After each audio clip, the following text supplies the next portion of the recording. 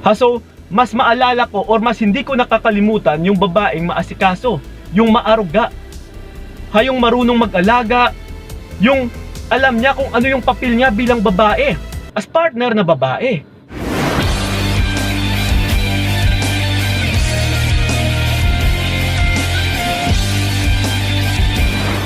Yun, what's up? Ayan, kumusta mga utol, and then welcome sa video na ito. So once again, this is pa yung kaibigan ni Kiko. So magandang gabi sa inyong lahat dyan, and then magandang araw na rin kung saan man kayo naroroon sa ngayon. Yes, mga OFWs natin dyan, ingat-ingat lang. And then syempre yung mga nandito na rin sa Pinas. Okay? So ito mga utol, ang magiging topic natin sa video na ito is mahirap kalimutan ang ganitong klase na babae. Yes, ito mga utol, isisiwalat ko sa inyo na kung ano ba yung meron or kung ano yung mga ginagawa ng mga kababaihan, no, which is yung mahirap kalimutan.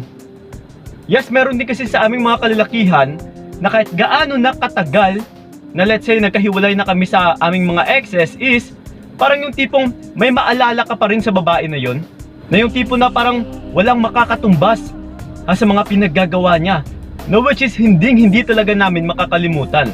So ito mga utol, isisiwalat natin, no, which is isa-isahin natin. Okay?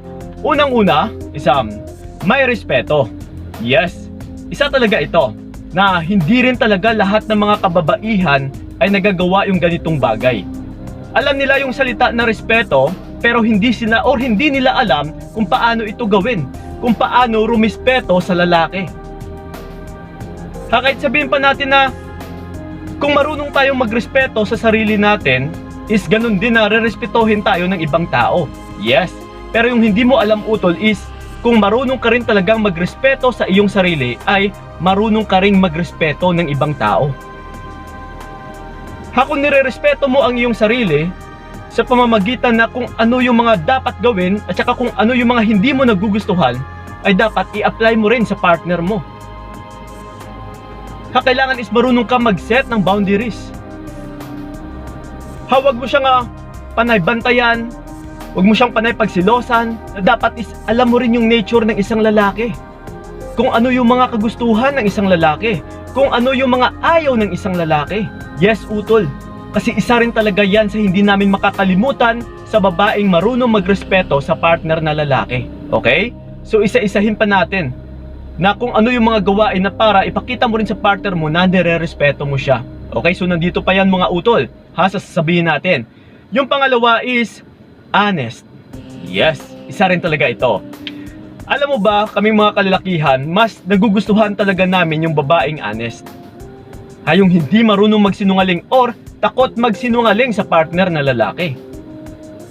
Isa talaga ito utol sa hindi namin makakalimutan na klaseng babae, yung hindi nagsisinungaling. Kasi parang kaunti na lang din sa ngayon na mga kababaihan yung hindi marunong magsinungaling. Kasi most of it na rin sa ngayon, parang napakadali lang gawin na magsisinungaling, ganito, ganyan. Lalong-lalo na yung lalaki nasa malayo, hindi niya alam kung anong ginagawa mo. So, okay lang ba yun sa'yo utol? Pwede naman na hindi ka talaga makalimutan ng partner mo bilang isang sinungaling. So, okay lang ba yun sa'yo? Nakilala ka niya bilang isang sinungaling kahit nagkahiwalay na kayo? So mas mainam or mas maganda pa rin talaga na hindi ka niya makalimutan dahil ikaw ay honest. Dahil hindi ka nagsisinungaling sa kanya. Uy, okay yung babaeng yun. Never talagang nagsinungaling yun sa akin. Talagang tapat yun sa akin. Yes, utol. Okay? So yun and then ito, yung pangatlo natin is maunawain. Yes, ito actually hindi rin naman talaga lahat din ng mga kababaihan ay maunawain. Once kasi na maunawain ka utol, dito lang din nagsisignifies na parang ginagamit mo ang iyong utak or ginagamit mo ang iyong talino. Hindi yung bigla ka na lang kukuda or bigla mo na lang siyang aawayin o bigla ka na lang magsiselos nang hindi mo malang inuunawa muna yung situation. Kasi once na ganito ka, isa lang din ibig sabihin na parang hindi mo muna ina-analyze or hindi ka muna nag-iisip. So ayaw talaga namin yung ganun utol. So paano ka namin hindi makakalimutan kung ikaw mismo na babae ay hindi maunawain? Pero kung nakakaunawa ka sa bawat situation, talagang maalala ito ng partner mo na uy, napaka maunawain talaga ng babaeng yun dati. Bilib na bilib ako dun. Okay, so mas maganda yun utol. na ganun yung pagkakakilala niya sa'yo. Okay?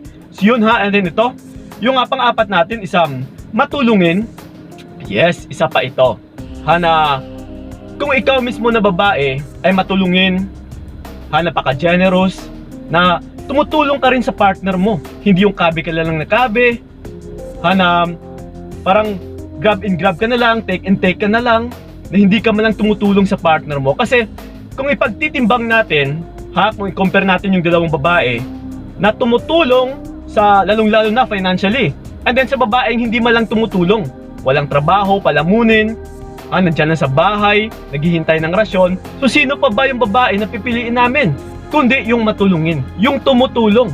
Yes, pareho na rin ito utulan na kung palagi kang nagbibigay sa kanya ng regalo, na kahit sabihin pa natin na nagpapaabuso ka, talagang isa ka rin na maalala ng lalaki. Uy, okay sana yung babaeng yun, matulungin yun. Siya yung tumulong sa akin, siya yung umahon sa akin.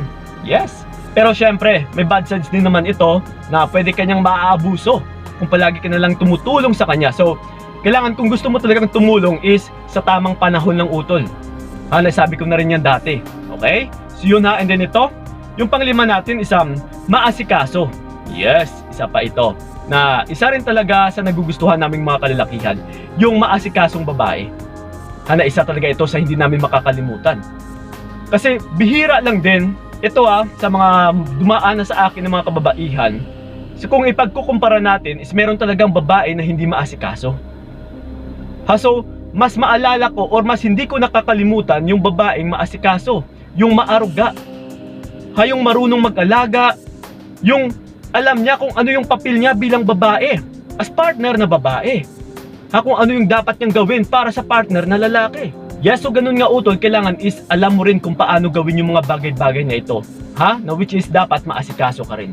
So yun, and then ito, yung pang-anim natin is independent. Yes, once kasi na independent ka, yes, nagsisimbolize din ito na ikaw ay strong woman. Independent, hindi ka dumidepende sa partner mo. Kasi isa rin ito talaga sa maalala ng lalaki na, uy, okay yung babaeng yun. Alam niya kung ano yung mga dapat gawin. Yung tipong hindi na naghihintay ng decisions ko. Hindi nagdedepende sa akin, hindi clingy, hindi needy. Hindi yung inuubos yung oras ko. Kasi kung independent ka utol, may pag-uunawa ka sa partner mo, may respeto ka sa oras niya, which is ginagawa mo rin yung part mo, or ginagawa mo rin kung ano yung mga bagay-bagay na kung pwede mo lang din naman masolusyonan is dapat gawin mo. Maging independent ka kasi isa rin talaga ito sa hindi makakalimutan ng lalaki, yung independent woman. Okay? And then ito, yung pampito natin, walang iba kundi maging loyal. Kasi itong mga utol, minsan is kaming mga kalalakihan, kapag ikaw na babae ay manloloko or salawahan, is talagang ibabaon ka talaga namin din sa limot. Sino ba namang lalaki na alalahanin niya pa yung ganitong klaseng babae? Yung manloloko. Mas naalala or hindi talaga namin nakakalimutan yung babae na loyal. Yung tapat talaga utol. Kasi bihira na lang din ito nangyayari sa ngayon na yung tapat na babae, yung hindi matutukso, lalong-lalo na kapag may pogi, may macho, yung hindi man lang tumitingin, na still loyal sa partner niya. Okay? So yun and then ito, yung pangwalo natin is may pag-alala sa sarili. Yes, isa na rin ito. Na same thing na rin ito sa pagiging independent. Which is may pag-alala ka sa iyong sarili. Na hindi lang puro partner at partner mo or hindi lang puro relasyon yung iniisip mo. Kundi may oras ka pa rin sa sarili mo. Hindi mo pinapabayaan. Na kahit sabihin pa natin na may partner ka, pero parang binabaliwala mo na yung iyong sarili. Lumulosyan ka na, pinapabayaan mo na hindi mo malang mabilhan na magandang damit yung sarili mo. Yes, utol, kailangan is kahit may partner ka na, ipagpatuloy mo pa rin yung pagsi-self-improve mo. Lalo-lalo na yung physical na anyo mo. Kailangan is stay in fit ka pa rin. Mag-e-exercise ka pa rin utol. Alagaan mo ang iyong sarili dahil isa ito sa magugustuhan naming mga kalalakihan. Or isa ito sa hindi namin makakalimutan. Na uy, napaka-sexy talaga ng babaeng yun. Hindi niya man pinapabayaan talaga ang kanyang sarili. May disiplina sa kanyang pangangatawan. Yes? Kasi karamihan na rin sa mga kababaihan, once na pumasok sa isang relationship ay pinapabayaan na lang yung sarili. Tumataba na lang, hinahayaan na tumataba, pumapayat, lumolosyang, yung tipong pala parang stress yung itsura. So ayaw namin yung ganun, utol. Kailangan is, once na pumasok ka sa isang relasyon, dapat alam mo pa rin kung saan ka lumugar. Alam mo pa rin kung anong dapat mong gawin. Like I said kanina, marunong ka dapat mag-set ng boundaries. Pareho sa inyong dalawa, sa kanya at saka sa sarili mo. Okay? So yun ang mga utol, sana nakatulong talaga yung video na ito. So ingat kayo, ha. God bless and babush!